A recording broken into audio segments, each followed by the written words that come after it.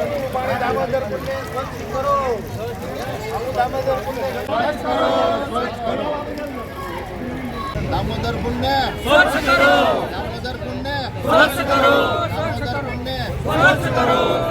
ભવના ક્ષેત્રમાં આવેલ પવિત્ર જે તીર્થ સ્થાન આ દામોદર કુંડ છે, અહીંયા નરસિંહ મહેતા રોજ સવારે નાહવા આવતા.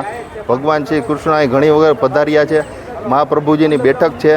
અહીંયા બ્રાહ્મણો દ્વારા પિંડદાનથી માંડી અને અનેક વિધિઓ કરવામાં આવે છે. દેશ વિદેશથી યાત્રાળુઓ આવે છે અને પવિત્ર સ્નાન કરે છે. પરંતુ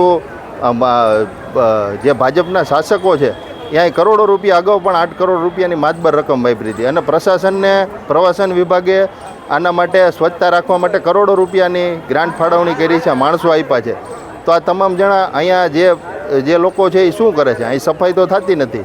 જે પાણી છે એ પીવા લાયક અને નાહવા લાયક પણ નથી. એના માટે આજે અમે આમંત્રણ આપ્યું હતું તમામને. કલેક્ટર, કમિશનર, પદાધિકારીઓ ભાજપના છે, mayor, deputy mayor, standing chairman, જે ગિરનાર પ્રવાસન ડિરેક્ટરો છે એને પણ કોઈ પણ હાજર નથી. એનો મતલબ એ છે કે અહીં નાહવા લાયકે નથી અને પીવા લાયકે નથી આ પાણી. તો ચરણામૃત લેતા હોય છે યાત્રિકો, શ્રદ્ધાળુઓ. તો તમે લ્યો ભાઈ એટલે ખબર પડે કે તમે કેવી હાલત કરી છે દામોદર કુંડની. અહીંયા ફિલ્ટર પ્લાન્ટ પણ મૂકવામાં આવેલા હતા અગાઉ, એ પણ એજન્સીએ પોતાના ખર્ચે મૂક્યા હતા, એ પણ નથી. અહીંયા 8 કરોડ રૂપિયાના ખર્ચે સુવિધાઓ ઊભી કરી હતી, એ પણ અત્યારે આપણે જોઈએ કે કેવી હાલત થઈ ગઈ છે. એટલે આ જે ગટર જે છે એ ડાયવર્ટ કરવાની વર્ષોથી વાતું થાય, એ પણ નથી કરેલી.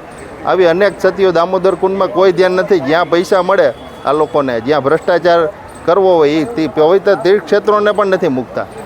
એટલે આ લોકોને હવે શરમ આવી જોઈએ, ડૂબી મરવું જોઈએ. અનેકવાર કથાકારોય કહે છે કે કેન્દ્ર, રાજ્ય અને જૂનાગઢમાં તમારી સરકાર છે, તો તમે આવું નાનું એવું દામોદર કુંડ જો ન સાચવી શકતા તો ડૂબી મરો. આવું જો હજી આગળ જે શ્રાવણ માસ આવી રહ્યો છે, જો આને સ્વચ્છતા નહીં રાખવામાં આવે તો અમે ઉગ્ર આંદોલન કરશું. કલેક્ટર કચેરી ખાતે આ પાણી લઈ અને કલેક્ટરશ્રીને આ ચરણામૃત અને લેવડાવશું. મારું નામ અશરફભાઈ થઈમ છે. જૂનાગઢ મહાનગરપાલિકાના અંદર ઘણા વર્ષોથી કોર્પોરેટર પદે હું મારી સેવા બજાવું છું. આજ રોજ કોંગ્રેસ પક્ષ તરફથી મને આમંત્રણ આપવામાં આવેલું હતું કે પવિત્ર દામોદર કુંડના અંદર આપણે ડૂબકી મારવાની છે. અમે લોકો અહીંયા ભેગા થયા. અહીંયા આવીને જોયું. અત્યારે અહીંની સિચ્યુએશન જોઈને એવું લાગ્યું કે ખરેખર આ એક હિન્દુ ધર્મનું મોટું તીર્થસ્થાન હોય. અહીંયા પિતૃ આશીષ માટે થઈને, પિતૃ એના કાળ માટે થઈને જે અહીંયા વસ્તુ કરતા હોય છે, એની પૂજા અર્ચના કરતા હોય છે. પણ આ વસ્તુ જે જોઈ કે અત્યારે પાણી અત્યંત ગંદુ છે ને ઠેર ઠેર ગંદકી જોવા મળે છે. કોઈ જાતની કોઈ બીજી જાતની ફેસિલિટી મળતી નથી.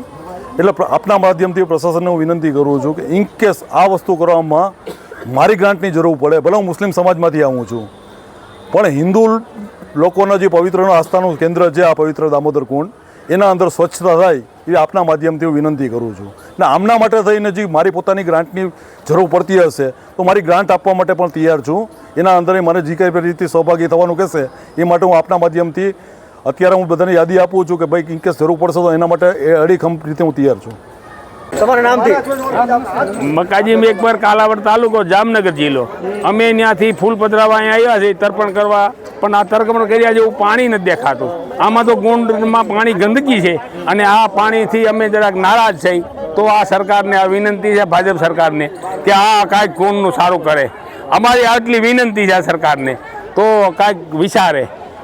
આમાં અમે ઘણા માણસો, 100 માણસ આવ્યું છે, પણ આ 100 માણસ અડધું માણસ એમ કે કેમ ના આવું, અડધું માનગત કરે, અડધું નથી માનગત કરતું. એટલે આ ભાજપ સરકારને, મોદી સરકારને અમારી વિનંતી છે કે આ પાણીની કાંઈક વ્યવસ્થા કરો બારા બાપ તો સારું.